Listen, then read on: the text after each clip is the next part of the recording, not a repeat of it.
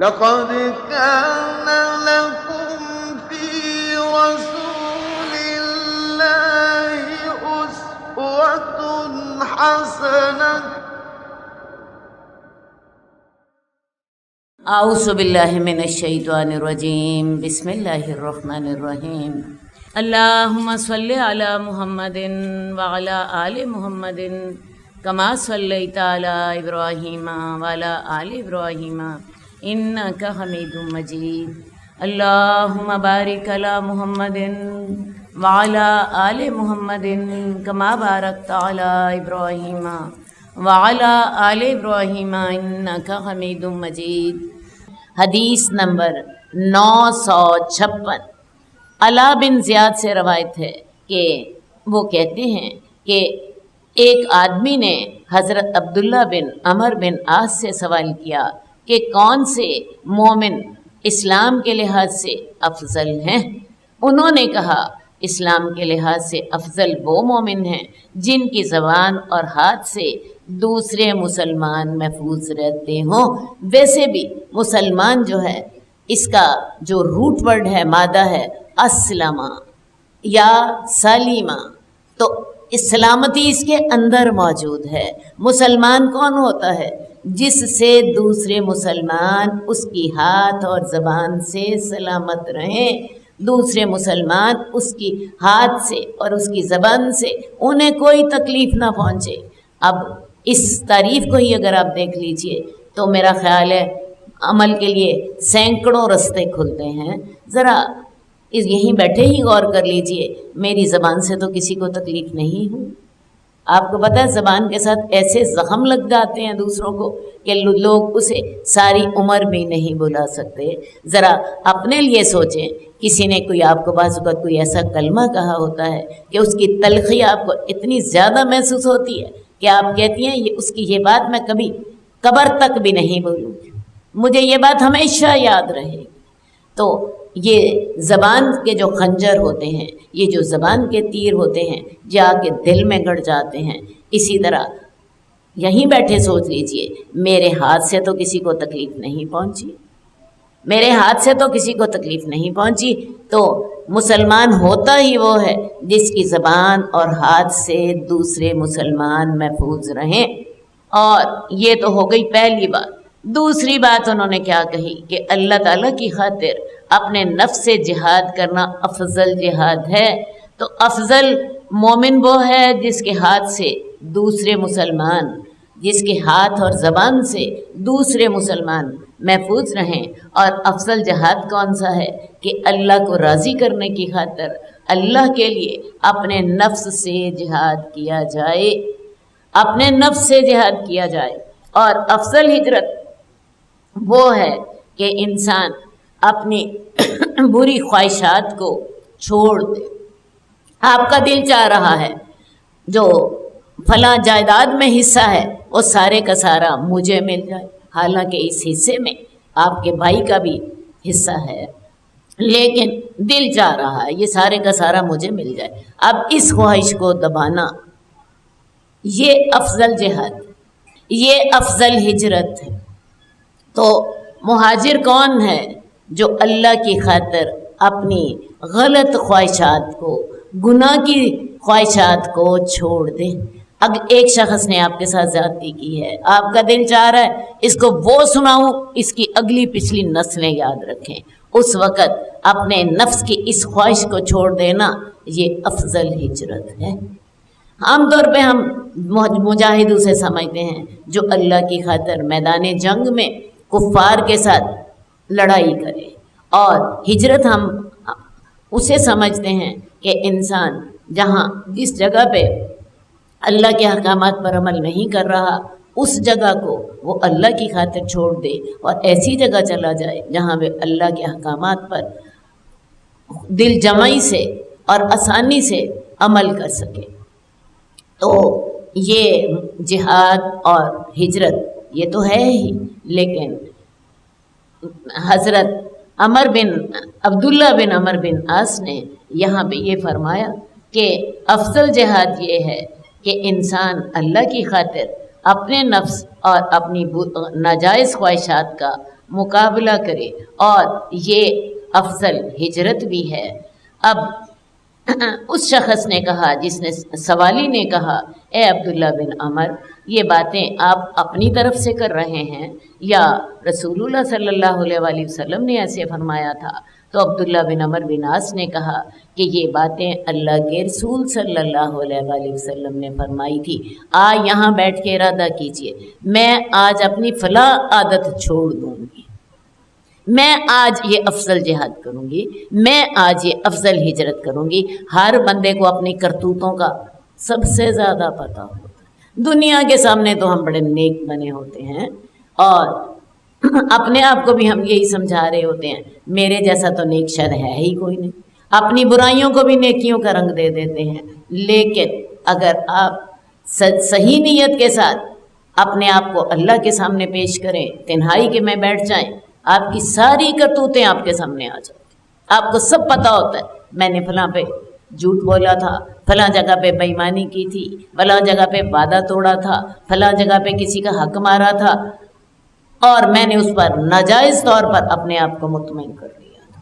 ٹھیک ہے، تو ایسا کیجئے، یہیں بیٹھ کر ارادہ کیجئے، نیت کیجئے، میں فلاں غلط عمل جو ہے وہ اپنا اللہ کی خاطر چھوڑوں گی، اور فلاں جو میری بری عادت ہے میں وہ اللہ کی خاطر چھوڑ دوں گی۔ یہ افضل جہاد اور افضل ہجرت ہوگا۔ کون کون یہ جہاد اور ہجرت کرے گا؟ اللہ ہمیں توفیق عطا فرمائے، اللہ سب سے زیادہ مجھے توفیق عطا فرمائے، کیونکہ میری ذمہ داری سب سے زیادہ ہے، میں آپ کو بتا رہی ہوں۔ اللہ تعالیٰ آپ سب کو بھی توفیق عطا فرمائے۔ حدیث نمبر 960 ابو صخر عقیلی سے روایت ہے، مجھ سے ایک بدو نے بیان کیا۔ وہ بدو کہتا ہے کہ میں رسول اللہ صلی اللہ علیہ وسلم کی زندگی میں مدینہ میں کچھ تجارت کا سامان لایا۔ جب میں تجارت سے فارغ ہوا تو میں نے کہا میں ضرور اس آدمی یعنی محمد صلی اللہ علیہ وآلہ وسلم کے پاس جاؤں گا اور اس کی باتیں سنوں گا۔ ایک بدو ہے، وہ مدینہ اپنا سامان تجارت لے کر آیا ہے۔ جب اپنا سامان بیچ لیتا ہے تو دل میں کہتا ہے کہ یہ جس شخص کے بارے میں مشہور ہے کہ اس نے نبوت کا دعویٰ کیا ہے، میں اس شخص کو ضرور ملوں گا اور اس کی باتیں سنوں گا۔ اب اس بدو نے اپنا ارادہ پورا کیا، اللہ کے رسول سے جا کے ملاقات کر لی۔ جب رسول اللہ صلی اللہ علیہ وسلم مجھے ملے تو حضرت ابو بکر اور حضرت عمر بھی آپ کے ساتھ تھے۔ آپ نے ان کو پیچھے بھیج دیا اور ہم ایک یہودی کے پاس گئے۔ وہ یہودی تورات کھول کر پڑھ رہا تھا اور اس کے ذریعے اپنے آپ کو تسلی دے رہا تھا، کیونکہ اس کا خوبصورت اور جوان بیٹا موت اور حیات کی کشمکش میں تھا۔ اب یہ ہے کہ وہ بدو رسول اللہ صلی اللہ علیہ وسلم کے پاس آیا ہے۔ اللہ کے رسول صلی اللہ علیہ وآلہ وسلم کسی کی عیادت کے لیے جا رہے تھے تو اللہ کے رسول صلی اللہ علیہ وآلہ وسلم نے اس بدو کو بھی اپنے ساتھ لے لیا۔ اب یہ لوگ رسول اللہ صلی اللہ علیہ وسلم اور یہ بدو ایک یہودی کے گھر گئے۔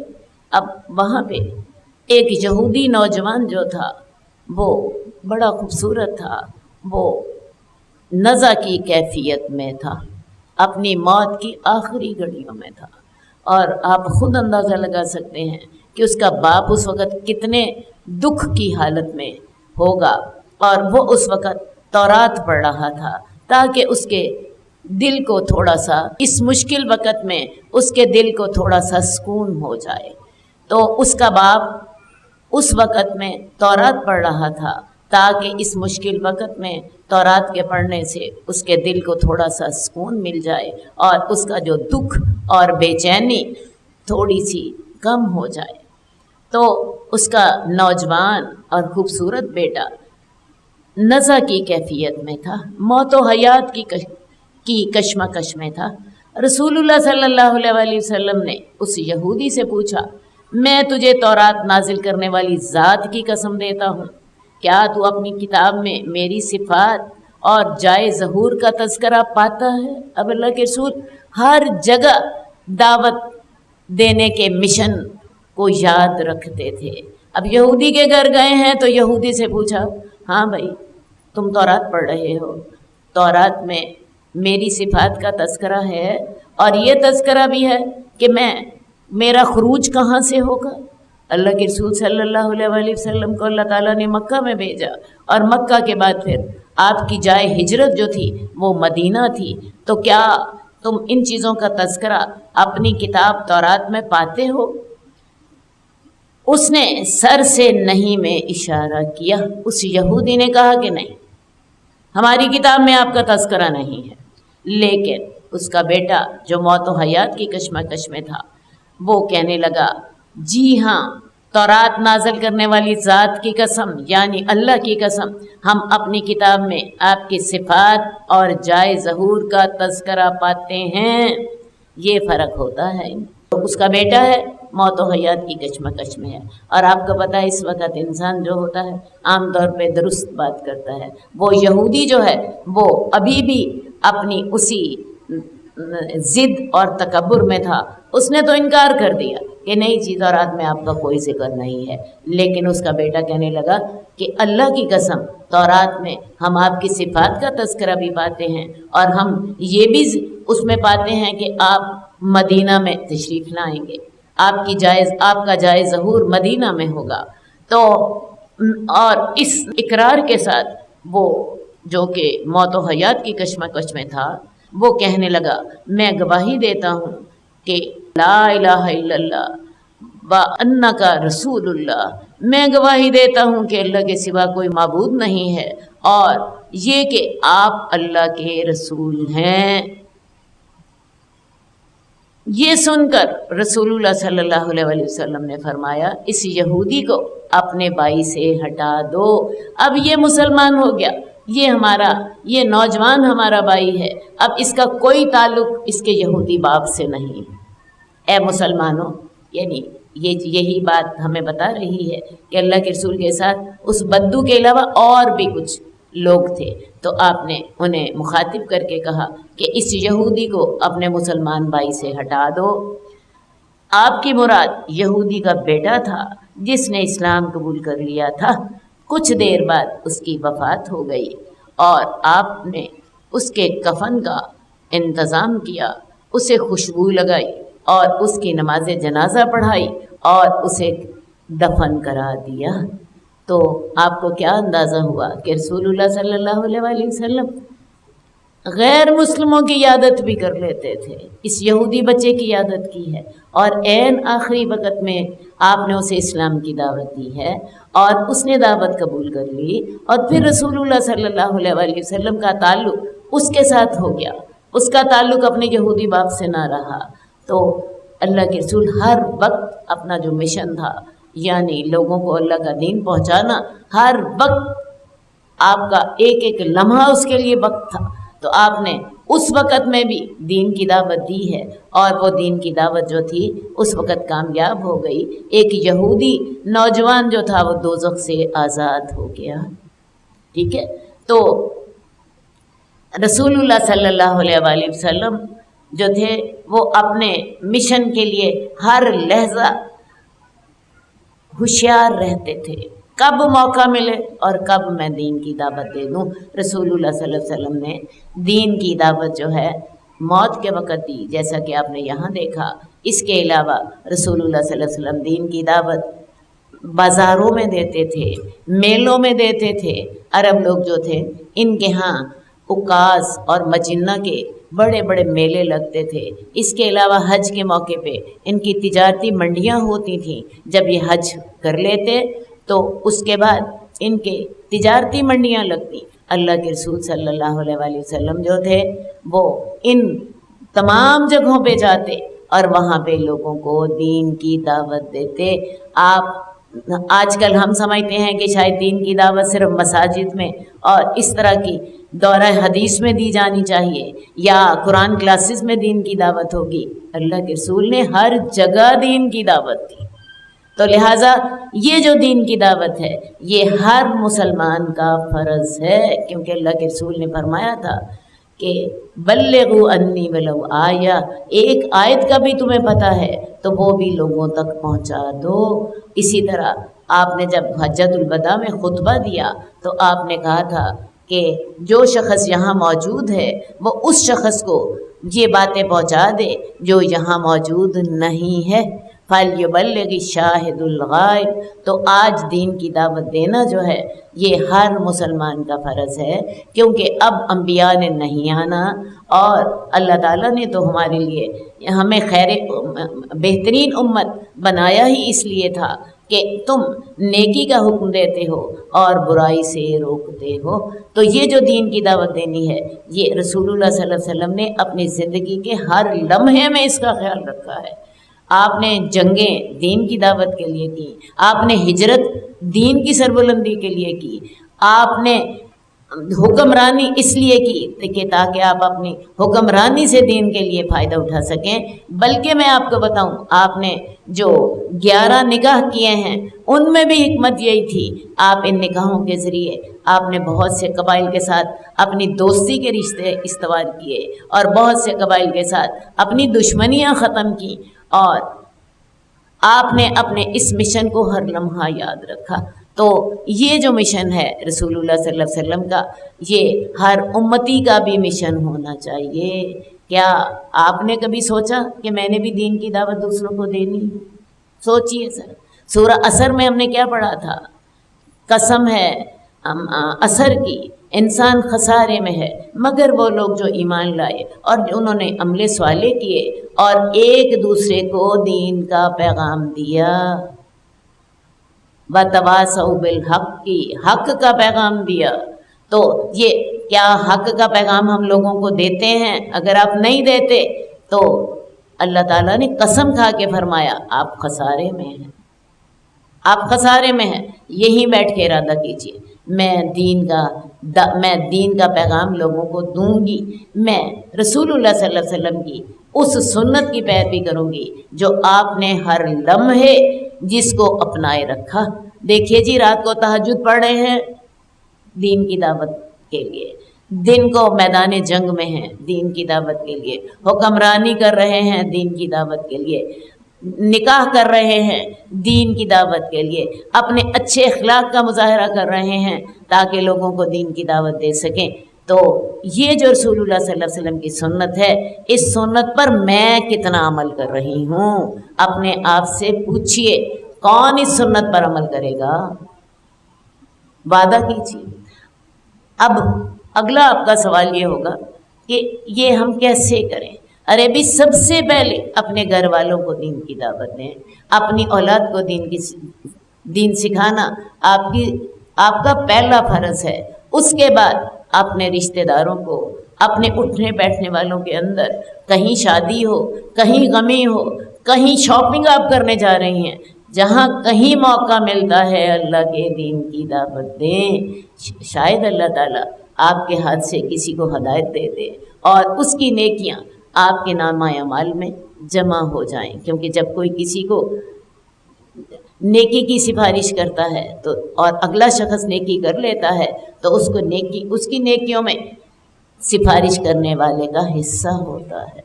تو یہ سمجھ لیجئے کہ اب دین کی دعوت دینا میری ذمہ داری بن گئی ہے، یہ ہر مسلمان کی ذمہ داری ہے۔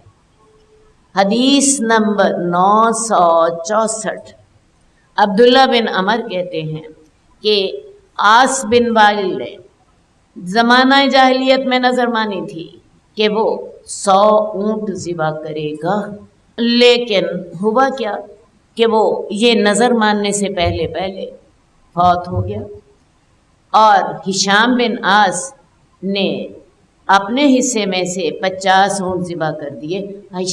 اب ظاہر ہے باپ فوت ہو گیا ہے، باپ نے یہ نظر مانی تھی کہ میں 100 اونٹ ذبح کروں گا، لیکن 100 اونٹ ذبح کرنے سے پہلے موت آ گئی۔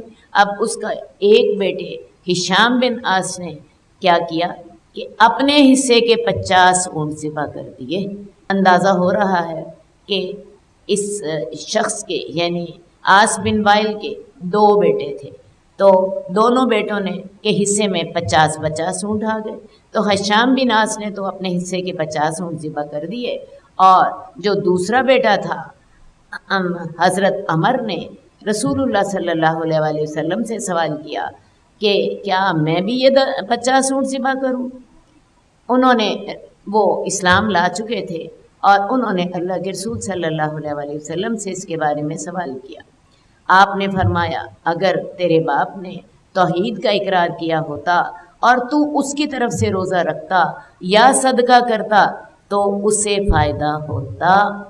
کیا مطلب کہ جب وہ کفر کی حالت میں مرا ہے، وہ توحید پر نہیں تھا، تو اب اگر اس کی طرف سے تو 50 اونٹ ذبح کرے گا اس کو فائدہ نہیں ہوگا، اس کو فائدہ نہیں ہوگا۔ اصل میں تمام اعمال جو ہیں قبول کرنے والی ذات کون سی ہے؟ اللہ کی۔ اور جب آپ اللہ کے ساتھ آپ کے معاملے درست نہ ہو تو اللہ کیسے قبول کرے گا؟ بڑی سیدھی سی بات ہے۔ جب ہم ایمان لاتے ہیں، ایمان لانے کے بعد ہماری چھوٹی سے چھوٹی نیکی اللہ قبول کرتے ہیں۔ ہم نے کل پڑھا تھا کہ نیکی کا کم سے کم بدلہ 10 گنا ہوتا ہے اور زیادہ سے زیادہ کی تو کوئی حد ہی نہیں۔ اللہ 700 گنا بھی دے دیتے ہیں اور جس کو چاہیں اللہ اس سے بھی بڑھا دیتے ہیں۔ لیکن یہ تب ہے جب آپ اللہ کے ساتھ ایمان لائے ہیں۔ لیکن اگر کوئی شخص اللہ کے ساتھ ایمان نہیں لایا، اس کا معاملہ اللہ کے ساتھ ہی بہتر نہیں ہے، اس نے اللہ کی وحدانیت کا ہی اقرار نہیں کیا، تو اللہ تعالیٰ اس کے کسی بھی نیک عمل کو قبول نہیں کرتا۔ شرک کی موجودگی میں کوئی نیک عمل اللہ کے ہاں قبولیت نہیں پاتا۔ شرک کے ساتھ 2 عمل اور بھی ہیں جن کی موجودگی میں ہمارے نیک عمل قبولیت نہیں پاتے۔ سب سے پہلی بات عقیدہ توحید ہو تو عمل قبولیت پاتے ہیں۔ اس کے علاوہ سنت کے مطابق امر عمل کیا ہو تو تب عمل قبولیت پاتے ہیں۔ ایک آدمی ساری زندگی ساری رات جاگتا رہے، اللہ اس کے عمل کو قبول نہیں کرتے۔ میں دوبارہ اب سے کہتی ہوں، ایک شخص ساری زندگی، چلو ساری زندگی چھوڑ دیں، 1 مہینہ کہہ لیجیے، رمضان کا مہینہ کہہ لیجیے، وہ ساری رات جاگتا ہے، اس کا یہ عمل قبول نہیں۔ کیوں قبول نہیں ہے؟ اللہ کے رسول کی یہ سنت ہے۔ اللہ کے رسول کی سنت کیا تھی؟ اللہ کے رسول صلی اللہ علیہ وسلم جو تھے رات کو سوتے بھی تھے، قیام بھی کرتے تھے، ٹھیک ہے؟ ہاں، آپ جو ہوتی تھی آخری عشرہ جب آ جاتا تو اللہ تعالیٰ، اللہ کے رسول جو تھے احیا لیلہ، اپنی رات کو زندہ کرتے، اپنی رات کو زندہ کرتے۔ آخری عشرے میں آپ کمر ہمت کس لیتے اور اس میں آپ سے راتوں کو جاگنا ثابت ہے۔ لیکن باقی جو پہلے 2 عشرے ہیں ان میں اللہ کے رسول ساری رات نہ جاگتے تھے۔ تو لہٰذا 2 باتیں ہو گئیں۔ پہلی بات میں نے آپ سے کیا کہی؟ شرک کے ساتھ کوئی نیک عمل قبول نہیں ہوتا۔ اسی طرح اگر کوئی نیک عمل سنت کے مطابق نہیں ہے تو وہ نیک عمل اللہ کے ہاں قبولیت نہیں پاتا۔ تیسری بات، جب تک کوئی عمل خالص اللہ کے لیے نہ کیا جائے تب تک بھی وہ عمل اللہ کے ہاں قبولیت نہیں پاتا۔ تو یہ 3 چیزیں لازمی ہیں عمل کی قبولیت کے لیے۔ تو یہاں پہ ہم جو اس حدیث میں پڑھ رہے ہیں کہ تیرے باپ نے چونکہ توحید کا اقرار نہیں کیا تھا تو اس لیے اب اگر تو اس کی طرف سے 50 اونٹ ذبح کرے گا اسے کوئی فائدہ نہیں ہوگا، اسے کوئی فائدہ نہیں ہوگا۔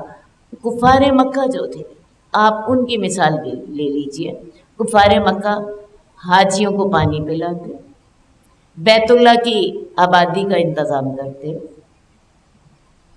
آب زمزم پلاتے لوگوں کو اور حاجیوں کی خدمت کرتے۔ اللہ تعالیٰ نے ان کی یہ نیکیاں قبول نہیں کی، ان کی یہ نیکیاں قبول نہیں، بلکہ قرآن مجید کی ایک آیت اس سلسلے میں بہت واضح ہے۔ اللہ تعالیٰ نے رسول اللہ صلی اللہ علیہ وآلہ وسلم سے کہا تھا لَإِنْ أَشْرَكْتَ لَيَحْبَطَنَّ عَمَلُكَ، اے نبی اگر تو بھی شرک کرے گا تو تیرے سارے عمل ضائع چلے جائیں گے۔ لَإِنْ أَشْرَكْتَ لَيَحْبَطَنَّ عَمَلُكَ، اے نبی اگر تو بھی شرک کرے گا تو تیرے بھی سارے عمل ضائع چلے جائیں گے۔ تو لہٰذا شرک کے ساتھ کوئی عمل قبول نہیں ہوتا۔ اسی طرح سنت کی اگر پیروی نہ کریں تو تب بھی کوئی عمل قبول نہیں ہوتا۔ میں اس سلسلے میں ایک حدیث آپ کے سامنے رکھنا چاہتی ہوں، کیونکہ یہ اتنا حساس معاملہ ہے کہ میں چاہتی ہوں آپ کو زیادہ اچھی طرح بات سمجھا دوں۔ رسول اللہ صلی اللہ علیہ وسلم کے پاس 3 صحابی آتے ہیں۔ یہ 3 صحابی جو ہیں عبداللہ بن عمر بن عاص ہیں، یہی جو ہے نا عاص بن وائل، انہی کے بیٹے ہیں وہ، عبداللہ بن عمر بن عاص، یہ جو راوی ہیں ان کے بیٹے ہیں۔ عبداللہ بن عمر بن عاص رسول اللہ صلی اللہ علیہ وسلم کے پاس آتے ہیں۔ اس کے علاوہ علی بن ابی طالب اللہ کے رسول کے گھر آتے ہیں۔ اس کے علاوہ عثمان بن مظعون، یہ 3 صحابی رسول اللہ صلی اللہ علیہ وسلم کے گھر آتے ہیں۔ اللہ کے رسول انہیں وہاں نہیں ملتے، تو یہ ازواج مطہرات سے پوچھتے ہیں کہ اللہ کے رسول کون کون سے نیک عمل کرتے ہیں تاکہ ہم بھی وہی نیک عمل کر سکیں۔ ازواج نے ان کو بتایا تو ان کو گویا کہ تھوڑا لگا، انہوں نے آپس میں بات کی کہ وہ اللہ کے رسول تو اللہ کے نبی ہیں اور اللہ تعالیٰ نے ان کے اگلے اور پچھلے گناہ معاف کر دیے ہیں، تو وہ تو تھوڑا بھی عمل کریں گے تو اللہ انہیں معاف کر دے گا، ہمیں تو اس سے زیادہ عمل کرنا چاہیے۔ یہ آپس میں باتیں کی اور ساتھ ہی تینوں صحابہ نے آپس میں وعدہ کیا۔ یہ عبداللہ بن عمر بن عاص کہنے لگے کہ میں ہمیشہ روزہ رکھوں گا اور میں کبھی نہ چھوڑوں گا۔ عثمان بن مظعون کہنے لگے کہ میں کبھی شادی نہیں کروں گا، اور علی بن ابی طالب جو رسول اللہ صلی اللہ علیہ وسلم کے داماد تھے وہ کہنے لگے کہ میں ہمیشہ رات کو جاگا کروں گا، کبھی نہ سوؤں گا۔ دیکھیں کتنی نیک نیتی کے ساتھ یہ تینوں صحابی جو ہیں وہ آپس میں نیکی کرنے کا ارادہ کر رہے ہیں۔ اب ان تینوں نے آپس میں یہ باتیں کی اور چلے گئے۔ اللہ کے رسول صلی اللہ علیہ وسلم گھر تشریف لائے تو ازواج نے آپ کو بتایا کہ یہ فلاں فلاں لوگ آئے تھے، انہوں نے یہ سوال کیا تھا اور یہ انہوں نے باتیں کی ہیں اور یہ کر کے وہ چلے گئے ہیں۔ اللہ کے رسول نے ان تینوں کو بلوا لیا اور ان سے پوچھا تم نے یہ باتیں کی ہیں؟ وہ کہنے لگے ہاں یا رسول اللہ کی ہیں، انہوں نے بڑی نیک نیتی کے ساتھ وہ وعدے کیے تھے۔ حضرت علی بن ابی طالب نے کہ میں ساری رات جاگا کروں گا، کبھی نہ رات کو کبھی بھی نہیں سوؤں گا۔ عبداللہ بن عمر بن عاص نے کہ میں ہمیشہ روزہ رکھوں گا اور کبھی نہ چھوڑوں گا، اور عثمان بن مظعون نے میں کبھی شادی نہیں کروں گا۔ ٹھیک ہے جی، تو اللہ کے رسول صلی اللہ علیہ وسلم نے ان سے کہا میں تم سب سے زیادہ اللہ سے ڈرنے والا ہوں، میں تم سب سے زیادہ اللہ کا سے تقوی رکھنے والا ہوں اور تم سب سے زیادہ علم رکھنے والا ہوں، لیکن میں روزہ رکھتا ہوں، چھوڑتا بھی ہوں، میں راتوں کو سوتا بھی ہوں اور جاگتا بھی ہوں، اور میں نے نکاح بھی کر رکھے ہیں۔ اور ساتھ ہی آپ نے ایک لفظ فرمایا، ایک جملہ ایسا فرمایا جو بڑا ڈرانے والا ہے۔ آپ نے پھر آخر میں کہا فمن راغب عن سنتی فلیس منی، جو میری سنت سے منہ موڑے گا وہ مجھ سے نہیں ہے۔ تو اب آپ کو میرا حال بات اچھی طرح سمجھ آ گئی ہوگی۔ کوئی نیکی آپ کتنی نیک نیتی سے کیوں نہ کریں، جب تک اس پہ سنت رسول کی مہر نہیں ہوگی، وہ اس کے مطابق نہیں ہوگی، تب تک وہ اللہ کے ہاں قبولیت نہیں پاتی، بلکہ ایسا شخص اللہ کے رسول سے اس کا کوئی تعلق ہی نہیں۔ ٹھیک ہے جی۔ اور تیسری بات میں نے جو آپ سے کہی ہے، جب تک کوئی نیکی خالص اللہ کے لیے نہ ہو وہ نیکی اللہ کے ہاں قبولیت نہیں پاتی۔ ہم لوگ بہت سے اپنے عمل دنیا کی خاطر کر رہے ہوتے ہیں، ریا کی خاطر کر رہے ہوتے ہیں، دکھاوے کی خاطر کر رہے ہوتے ہیں۔ تو میں آپ کو بتا دوں جب تک کہ کوئی عمل اللہ کے لیے خالص نہ ہو تب تک بھی وہ عمل اللہ کے ہاں قبول نہیں ہوتا۔ اخلاص کے بارے میں آج ابھی ہم ایک حدیث اور پڑھیں گے، تو میں اس موقع پر ذرا تھوڑی سی وضاحت زیادہ کر دوں گی۔ تو اس حدیث سے آپ کو کیا پتہ چلا کہ عقیدہ توحید کے ساتھ ہی نیکی فائدہ دیتی ہے۔ سنت رسول پر پیروی کر کے ہی آپ کا عمل قبولیت پاتا ہے، اور آپ کے عمل میں اخلاص ہونا چاہیے، تب ہی آپ کا عمل اللہ کے ہاں قبول ہوگا۔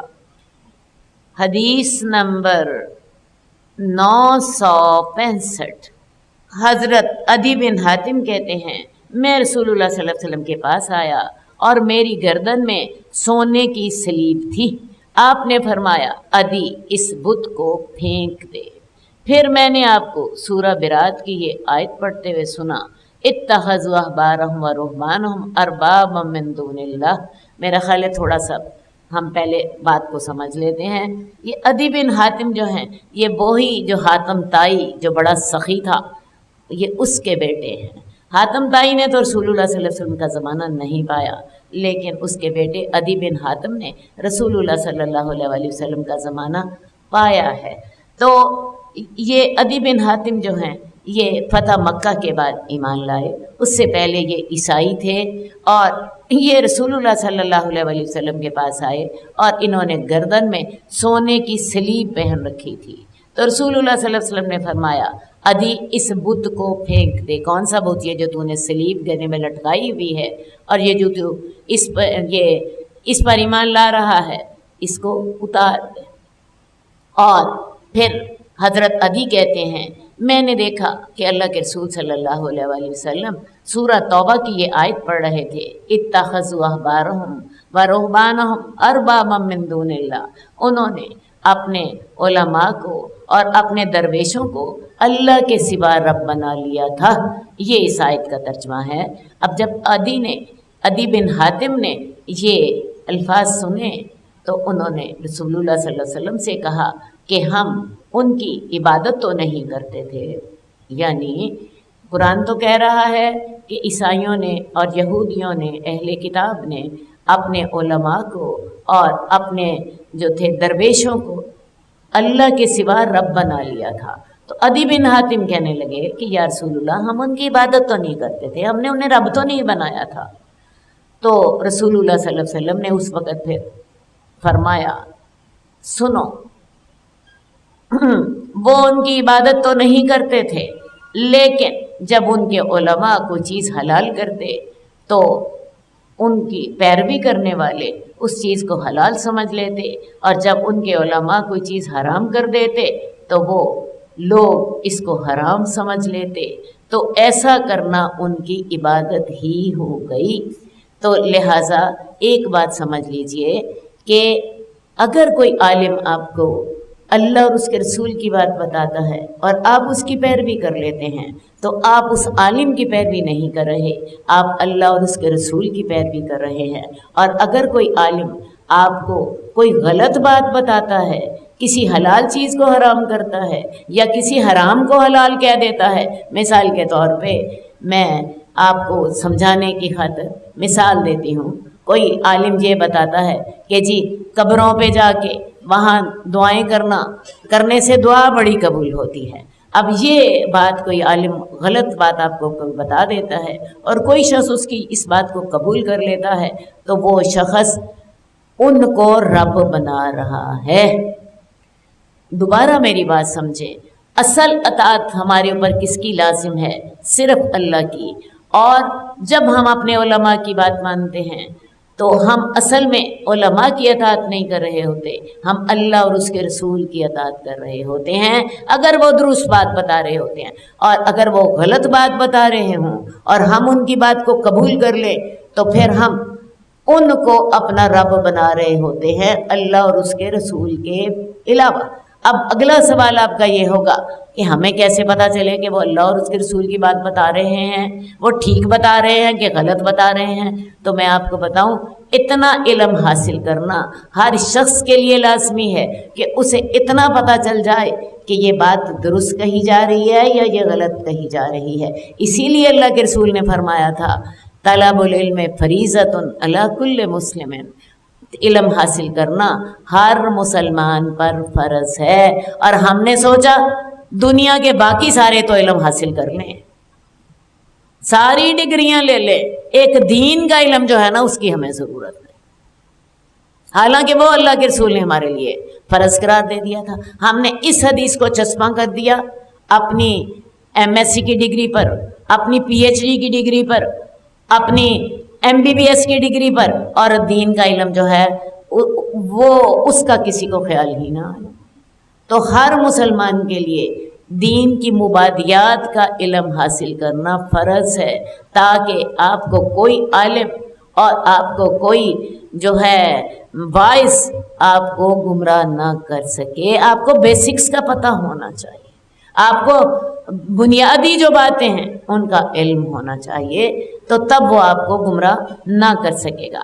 دوسری بات میں آپ سے یہ کہنا چاہتی ہوں کہ یہاں پہ پھر وہی بات آ گئی جو میں نے آج ہی آپ سے کہی تھی کہ شرک کی ایک قسم ہے اطاعت کا شرک۔ اگر تو آپ علماء کی صحیح بات میں اطاعت کرتے ہیں تو اصل میں آپ کس کی اطاعت کر رہے ہیں؟ اللہ کی۔ اور اگر آپ کسی عالم یا کسی پیر فقیر کی غلط بات میں اطاعت کر رہے ہیں تو آپ اس کو اللہ کے علاوہ شریک بنا رہے ہیں، رب بنا رہے ہیں، اور یہی اطاعت کا شرک ہوتا ہے، یہی اطاعت کا شرک ہوتا ہے۔ اس سلسلے میں ایک حدیث جو ہے جو بڑی مختصر سی ہے وہ ضرور ذہن نشین کر لیجئے۔ لا طاعت لمخلوق فی معصیت الخالق، خالق کی نافرمانی میں کسی مخلوق کی اطاعت جائز نہیں ہے، اور اگر کوئی خالق کی نافرمانی میں مخلوق کی اطاعت کر رہا ہے تو وہ اطاعت کا شرک کر رہا ہوتا ہے۔ اگر کوئی شخص خالق کی نافرمانی میں مخلوق کی اطاعت کر رہا ہے تو وہ نیت کا شرک کر رہا ہوتا ہے۔ اللہ کرے یہ باتیں آپ کو سمجھ آ جائیں۔ حدیث نمبر 966 انس بن مالک رضی اللہ تعالیٰ عنہ سے روایت ہے کہ رسول اللہ صلی اللہ علیہ وسلم نے فرمایا، مجھے حکم دیا گیا ہے کہ میں لوگوں سے جہاد کروں جب تک کہ وہ اس بات کی گواہی نہ دے دیں کہ اللہ کے سوا کوئی معبود نہیں ہے۔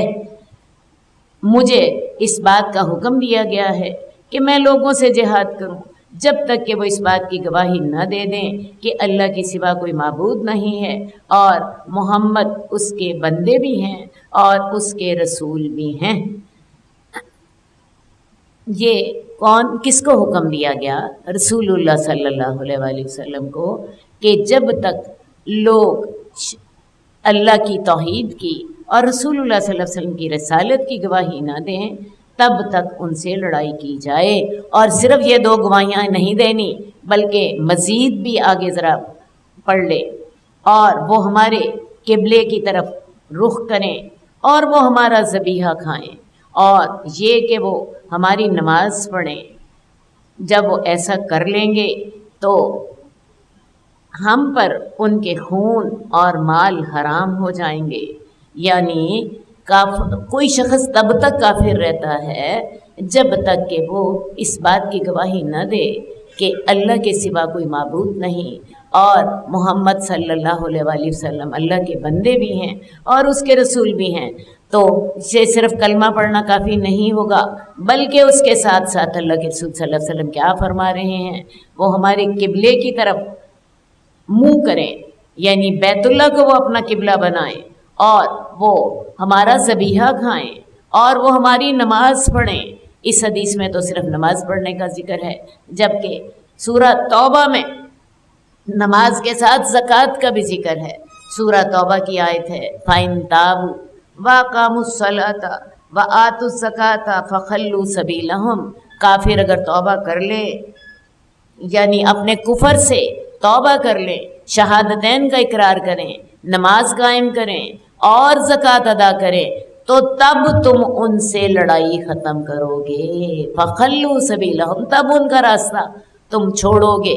آج کا دور بڑا عجیب دور ہے، لوگوں نے یہ سمجھ لیا کہ شاید ہم کلمہ پڑھ لیں گے تو ہم مسلمان ہیں اور جنت کے ٹھیکیدار ہیں، شاید جنت ہمارے لیے ہی تیار کی گئی ہے، جبکہ قرآن اور حدیث سے ہمیں کوئی ایسا اشارہ نہیں ملتا۔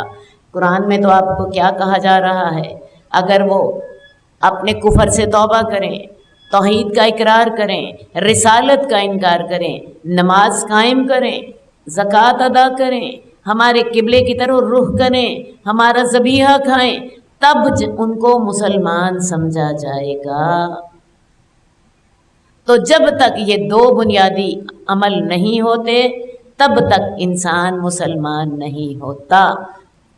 شہادتین کے باوجود بھی یہ 2 عمل کرنے لازمی ہیں، ورنہ اگر کوئی شخص شہادتین کا اقرار کر لیتا ہے اور نماز نہیں پڑھتا، زکوٰۃ نہیں دیتا، وہ مسلمان نہیں سمجھا جائے گا، کسی مسلمان ریاست میں اس کو کافر ہی سمجھا جائے گا۔ اور میں نے اس کا آپ کو کہاں سے ثبوت دیا ہے؟ سورہ توبہ میں یہ بات 2 دفعہ آتی ہے۔ اگر وہ نماز قائم کریں، زکوٰۃ دیں، تب انہیں مسلمان سمجھا جائے گا۔ بلکہ میں آپ کو اس سے آگے بھی بتاؤں، حضرت ابو بکر رضی اللہ تعالیٰ عنہ نے اپنے دور میں جو لوگ زکوٰۃ کا انکار کرتے تھے، مانعین زکوٰۃ، ان کے ساتھ صحابہ کے ساتھ مل کر جہاد کیا۔ حالانکہ وہ لوگ کلمہ بھی پڑھتے تھے، نماز بھی پڑھتے تھے، لیکن وہ زکوٰۃ کا انکار کرتے تھے، تو حضرت ابو بکر رضی اللہ تعالیٰ عنہ نے مانعین زکوٰۃ کے ساتھ تمام صحابہ کے ساتھ مل کر جہاد کیا۔ تو یہ یاد رکھیے، مسلمان ہونے کی بنیادی شرائط 3 ہیں۔ سب سے پہلی شہادتین، نمبر 2 اقامت صلاۃ، نمبر 3 ایتاء زکوٰۃ۔ باقی یہ ہیں جو جس شخص کو کافر نہیں کہا جائے گا۔ باقی مسلمان کے لیے فرائض 5 ہیں، شہادتین، اقامت صلاۃ، ایتاء زکوٰۃ، رمضان کے روزے، حج بیت اللہ۔ اور وہ حدیث یاد کر لیجئے، بنی الاسلام علی 5، اسلام کی بنیاد 5 باتوں پہ رکھی گئی ہے۔ اس بات کی گواہی دینا کہ اللہ کے سوا کوئی معبود نہیں ہے، نماز قائم کرنا، زکوٰۃ ادا کرنا، رمضان کے روزے رکھنا اور حج بیت اللہ کرنا۔ ان دونوں باتوں کو علیحدہ علیحدہ سمجھ لیجئے۔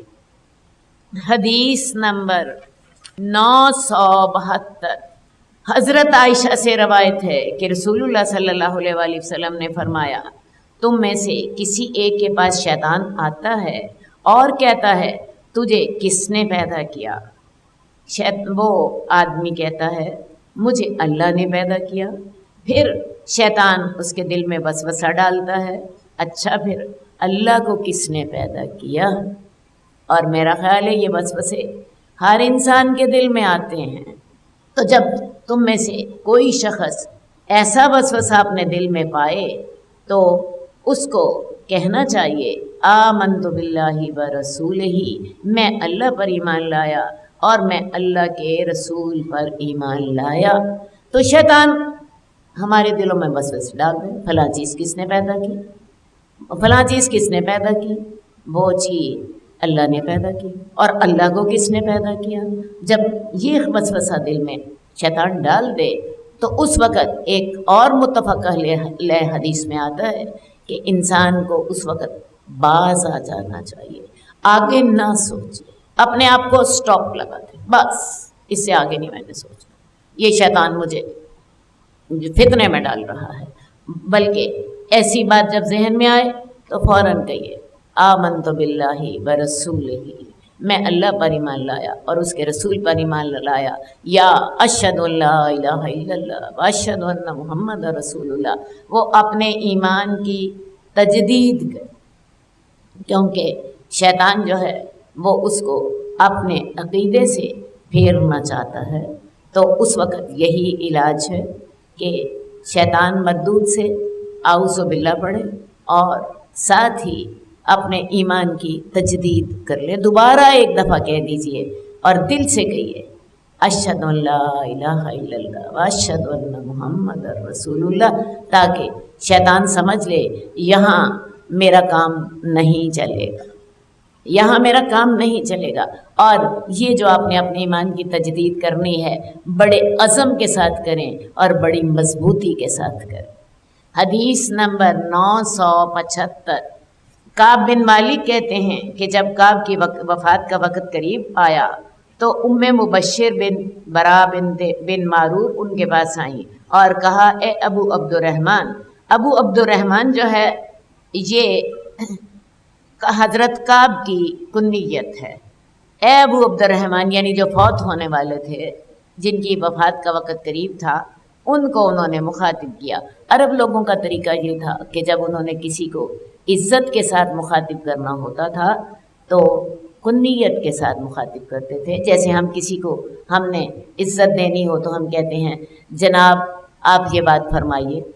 تو عرب لوگوں نے جب کسی کے ساتھ احترام کے ساتھ بات کرنی ہوتی تھی تو اس کا نام نہیں لیتے تھے بلکہ اس کی کنیت سے خطاب کرتے تھے. تو ابو عبد الرحمن جو ہے یہ حضرت کعب کی کنیت ہے. تو اے ابو عبد الرحمن اگر میرے بیٹے سے ملاقات ہوئی تو اسے میرا سلام کہنا. آپ کو بات سمجھ آ رہی ہے؟ یعنی تم اللہ کے پاس جا رہے ہو، میرا بیٹا فوت ہو چکا ہے، تو تمہاری ضرور میرے بیٹے کی روح سے ملاقات ہوگی تو تم اسے میرا سلام دے دو. یہ اس کی والدہ حضرت کعب سے کہہ رہی ہیں. حضرت کعب نے کہا ام مبشر اللہ تجھے معاف کر دے، شاید ہم ایسا نہ کر سکیں، شاید میری اس سے ملاقات نہ ہو یا پتہ نہیں کیا حالات ہوتے ہیں، تو اللہ تجھے معاف کرے، ہم وہاں مشغول ہوں گے، شاید ہم ایسا کام نہ کر سکیں. ام مبشر نے کہا اے ابو عبد الرحمن تمہیں پتہ ہونا چاہیے کہ رسول اللہ صلی اللہ علیہ وآلہ وسلم نے یہ فرمایا تھا بے شک مومنوں کی روحیں سبز پرندوں کے اندر ہوتی ہیں، وہ جنت کے درختوں سے چگتے رہتے ہیں. یعنی ام مبشر نے کہا حضرت کعب کو کہ اے ابو عبد الرحمن تمہیں شاید اس بات کا پتہ نہیں ہے، اللہ کے رسول نے ہمیں بتایا تھا کہ مومنوں کی جو روحیں ہوتی ہیں وہ سبز رنگ کے پرندوں کے اندر ہوتی ہیں اور وہ جنت کے میوے کھاتی رہتی ہیں. تو ان کا مطلب یہ تھا کہ نیک آدمیوں کی روحیں جو ہیں وہ جنت کے میوے کھا رہی ہیں اور امید ہے کہ تم بھی نیک ہوگے اور تمہاری روح کی ملاقات جنت میں میرے بیٹے کی روح سے ہوگی تو تم اسے سلام کہہ دینا. ٹھیک ہے جی. تو وہ جنت کے درختوں سے میوے کھاتے رہتے ہیں. انہوں نے کہا کیوں نہیں، میں نے بھی یہ بات سنی تھی. تو ام مبشر نے کہا یہی بات ہے جو میں کہہ رہی ہوں. تو ام مبشر کو اس بات کا ذرا زیادہ اچھی طرح علم تھا تو انہوں نے کہا یہی بات میں تمہیں کہہ رہی ہوں کہ نیک لوگوں کی روحیں جو ہیں وہ سبز پرندوں کے پیٹوں میں ہوتی ہیں اور وہ جنت کے میوے کھا رہی ہوتی ہیں. تو میں تمہیں یہی بات میں تمہیں کہہ رہی ہوں. ٹھیک ہے جی.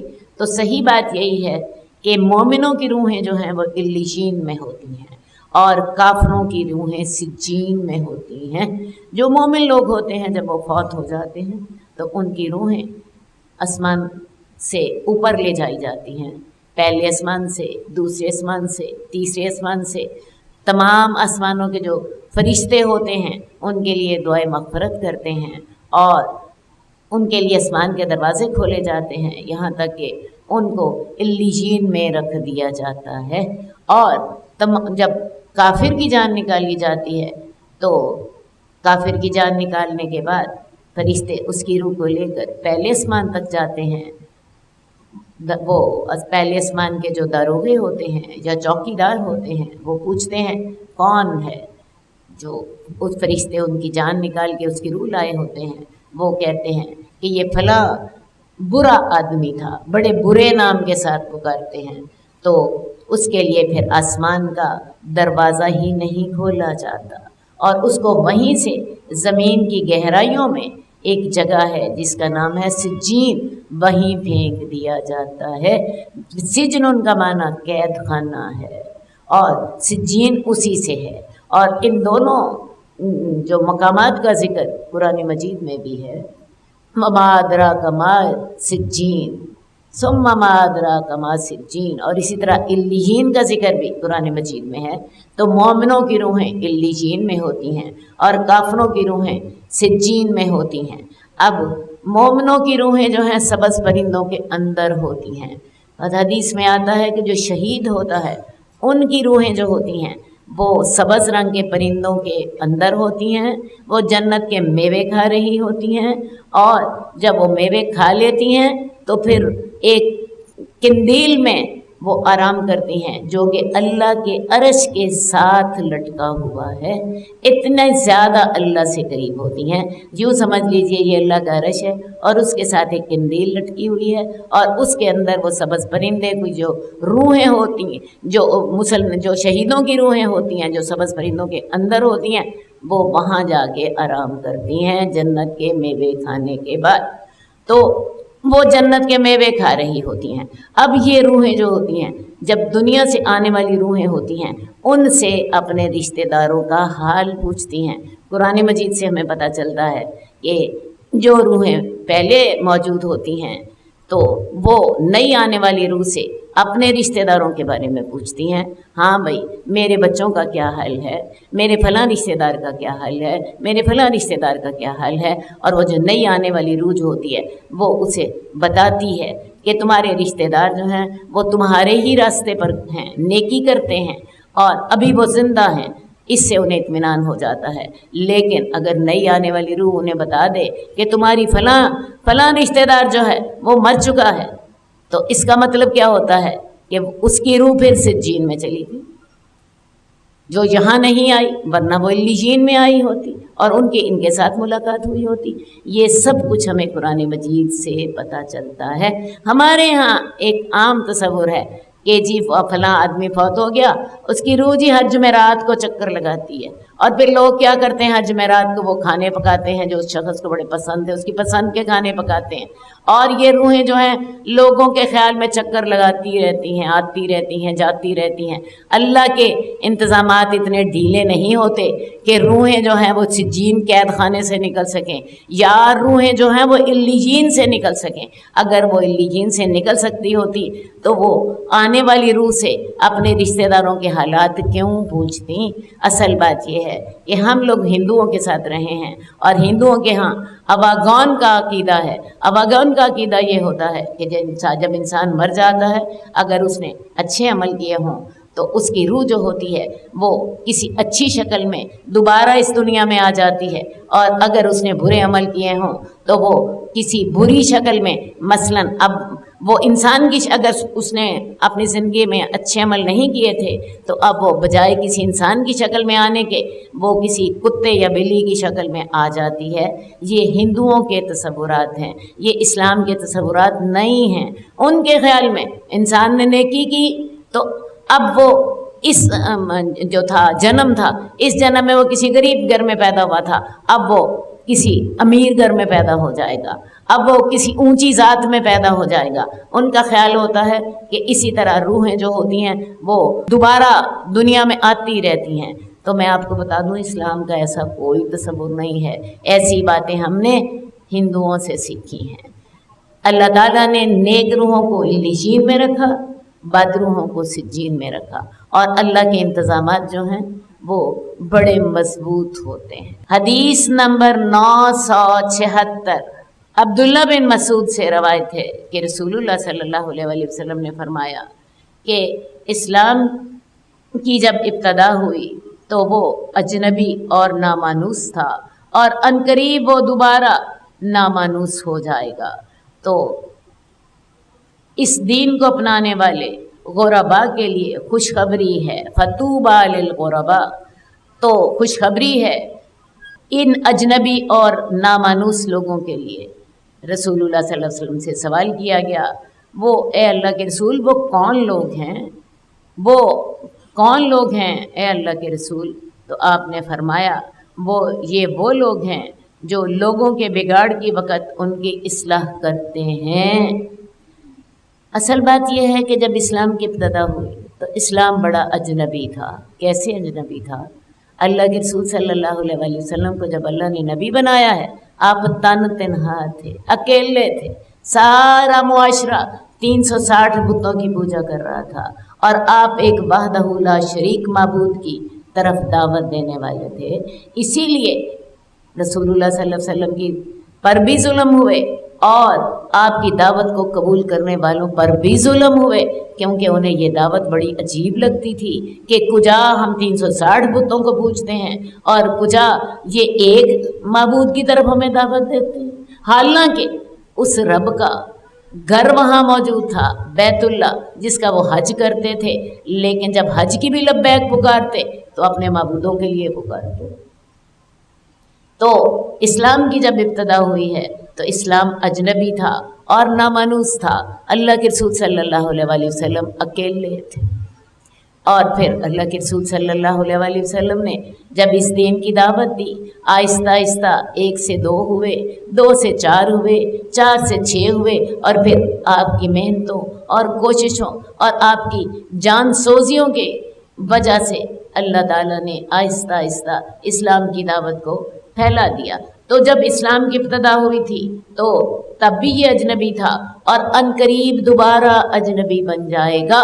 رسول اللہ صلی اللہ علیہ وسلم کے دور میں سارا عرب جو تھا وہ مسلمان ہو گیا تھا، بلکہ آپ نے ساری دنیا کو دین کی دعوت دی تھی، لیکن عنقریب یہ دین پھر اجنبی بن جائے گا۔ کیا خیال ہے؟ آج بھی دین اجنبی نہیں ہے؟ سوچیں ذرا، ہمارا مسلمان ملک ہے، اس کے باوجود میجورٹی کن کی ہے؟ جو دین سے دور ہیں، جو دیندار لوگ ہیں وہ لوگوں کے لیے تماشا بن جاتے ہیں، وہ لوگوں کے لیے مزاق کا بہانہ بن جاتے ہیں۔ آج بھی ایسا ہی ہے، اور ابھی تو پھر میں سمجھتی ہوں کہ پھر بڑے اچھے حالات ہیں، ہم کم از کم اتنے اکٹھے لوگ جمع ہو جاتے ہیں، لیکن عنقریب حالات اس سے بدتر ہوتے چلے جائیں گے، اور قیامت کے قریب تو لاکھوں لوگوں میں سے کوئی ایک نیک آدمی ہوگا، کیونکہ انسان کی فطرت ہے کہ انسان جو ہے وہ برائی کو جلدی قبول کرتا ہے اور نیکی کو دیر سے قبول کرتا ہے۔ اسی لیے تو اللہ تعالیٰ نے انبیاء بھیجے۔ آپ دیکھ لیجئے، انبیاء کی کوششوں کے باوجود بھی بہت لوگ ایمان لانے والے نہیں ہوتے۔ حضرت نوح نے 950 سال تبلیغ کی ہے، اللہ کا پیغام پہنچایا ہے، کتنے لوگ ایمان لائے ہیں؟ صرف 80، یا شاید اس سے کوئی 1-2 زیادہ۔ اسی طرح حدیث میں آتا ہے قیامت والے دن کئی نبی آئیں گے، ان کے ساتھ ایک آدمی ہوگا جو ان کا پیروکار ہوگا، بلکہ کئی نبی ایسے بھی آئیں گے جن کے ساتھ ایک آدمی بھی نہیں ہوگا۔ تو دین تو ہمیشہ ہی اجنبی اور نامانوس ہی رہا، دین تو ہمیشہ اجنبی اور نامانوس ہی رہا۔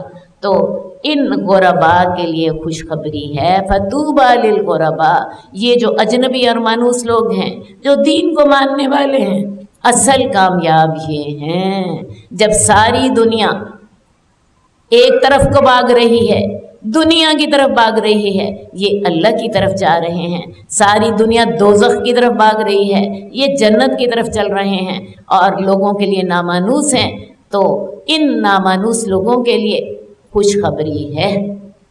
خوشخبری تب بھی نامانوس لوگوں کے لیے تھی، خوشخبری آج بھی نامانوس لوگوں کے لیے ہے۔ دیندار لوگ معاشرے کے لیے نامانوس ہی ہوتے ہیں۔ بات کی سمجھ آ گئی ہے؟ فطوبی للغرباء، اللہ کے رسول صلی اللہ علیہ وسلم نے فرمایا ان کے لیے خوشخبری ہو۔ یہ کون لوگ ہوتے ہیں؟ یہ جب لوگوں کے اندر فساد پھیل جاتا ہے، بدعتیں پھیل جاتی ہیں، دین کا رنگ بدل جاتا ہے، لوگ اس میں بہت سے اضافے کر لیتے ہیں، تو اس وقت یہ دین کی اصلاح کرتے ہیں۔ اکیلے ہوتے ہیں، تھوڑے ہوتے ہیں، اور زیادہ لوگوں کو کی اصلاح کرنے کا کام کرتے ہیں، اور اسی وجہ سے دنیا میں گالیاں بھی کھاتے ہیں، ان کی جو ہے ان تکلیفوں کا سامنا بھی کرتے ہیں، لیکن ان کے لیے رسول اللہ صلی اللہ علیہ وسلم نے خوشخبری کا پیغام دیا ہے۔ جس شخص کو اللہ نے ایسی توفیق دے دی، جس کو اللہ نے ایسا بندہ بنا لیا، تو اس کے لیے اللہ کے رسول خوشخبری کا پیغام دے رہے ہیں۔ فطوبی للغرباء، حدیث نمبر 977، مجاہد سے روایت ہے، میں عراق کی طرف گیا، عبداللہ بن عمر ہمیں الوداع کہنے کے لیے ہمارے ساتھ چلے۔ جب وہ ہم سے جدا ہونے لگے تو انہوں نے کہا تمہیں دینے کے لیے میرے پاس کچھ بھی نہیں ہے، لیکن میں نے رسول اللہ صلی اللہ علیہ وسلم کو فرماتے ہوئے سنا تھا جب کوئی چیز اللہ تعالیٰ کے سپرد کی جاتی ہے تو اللہ تعالیٰ اس کی حفاظت کرتے ہیں، اور میں تمہارے دین، تمہاری امانت اور خاتمہ اعمال کو اللہ کے سپرد کرتا ہوں۔ آپ کو معاملے کی سمجھ آئی ہے؟ مجاہد کہتے ہیں کہ میں عراق کی طرف گیا، عبداللہ بن عمر جو تھے یہ وہاں رہتے تھے۔ اب جب مجاہد جو ہے یہ واپس اپنے وطن آنے لگے تو عبداللہ بن عمر جو تھے ان کو الوداع کہنے کے لیے ان کے ساتھ چلے۔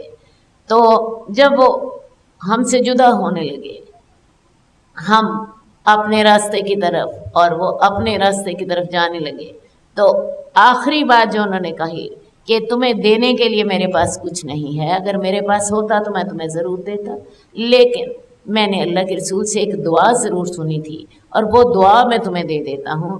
اور وہ دعا کیا تھی کہ استودع اللہ دینکم و امانتکم و خواتیم اعمالکم، کہ اللہ کے رسول صلی اللہ علیہ وسلم نے فرمایا تھا کہ جب کوئی چیز اللہ کی سپرد کر دی جائے تو اللہ تعالیٰ اس کی خوب حفاظت کرتے ہیں۔ تو میں تمہارے دین کو اور تمہاری امانت کو اور تمہارے اعمال کے خاتمے کو اللہ کے سپرد کرتا ہوں۔ تو میں تمہیں یہ دعا دیتا ہوں، میں تمہارے دین کو بھی اور تمہارے ایمان کو بھی اور تمہارے خاتمہ اعمال کو بھی کس کے سپرد کر رہا ہوں؟ اللہ کے۔ اللہ ان کی حفاظت کرے۔ اور اللہ کے رسول نے فرمایا تھا کہ جب آپ کوئی چیز اللہ کے سپرد کر دیتے ہیں تو اللہ اس کی بڑی اچھی حفاظت کرتے ہیں۔ تو جب کوئی شخص جو ہے وہ سفر کرے، آپ اس سے جدا ہونے لگیں تو یہ دعا دیں، اس دعا کو یاد کر لیجئے، استودع اللہ دینکم و امانتکم و خواتیم اعمالکم، اور انشاءاللہ تعالیٰ آپ کی یہ دعا اس کے لیے بہترین تحفہ ہوگی۔ ہم لوگ عام طور پہ کوئی جا رہا ہوتا ہے اسے خدا حافظ کہتے ہیں۔ میں آپ کو بتاؤں خدا حافظ نہ کہا کریں۔ خدا کا جو لفظ ہے اس میں یہ اصل میں فارسی زبان کا لفظ ہے، اور خدا کئی ہوتے ہیں۔ جو اہل ایران تھے آپ کو پتہ ہے ان کے 2 خدا ہوتے تھے بڑے بڑے، ایک ان کا نیکی کا خدا تھا اور ایک ان کا بدی کا خدا تھا۔ تو ویسے بھی خدا کا معنی ہے گاڈ، اور گاڈ جو ہے گاڈ کے ساتھ گاڈس بھی ہوتی ہے اور گاڈز بھی ہوتے ہیں، جبکہ اللہ وحدہ لا شریک ہے۔ تو اللہ کے لیے اللہ ہی کا لفظ استعمال کریں۔ خدا کے لفظ میں شریک کا تصور پایا جاتا ہے، تو لہٰذا اللہ حافظ کا لفظ استعمال کیا کریں اگر آپ نے کرنا ہو۔ اور سنت طریقہ یہ ہے کہ آپ ان الفاظ کے ساتھ کسی کو الوداع کہیں۔ یہ الفاظ میں دوبارہ دہرا دیتی ہوں، استودع اللہ دینکم و امانتکم و خواتیم اعمالکم۔ اللہ کے رسول صلی اللہ علیہ وآلہ وسلم ان الفاظ کے ساتھ الوداع کہا کرتے تھے۔ اللہم صلی علی محمد وعلی آل محمد کما صلیت علی ابراہیم وعلی آل ابراہیم انک حمید مجید۔ اللہم بارک علی محمد وعلی آل محمد کما بارکت علی ابراہیم وعلی آل ابراہیم انک حمید مجید۔ مولاي صل وسلم دائما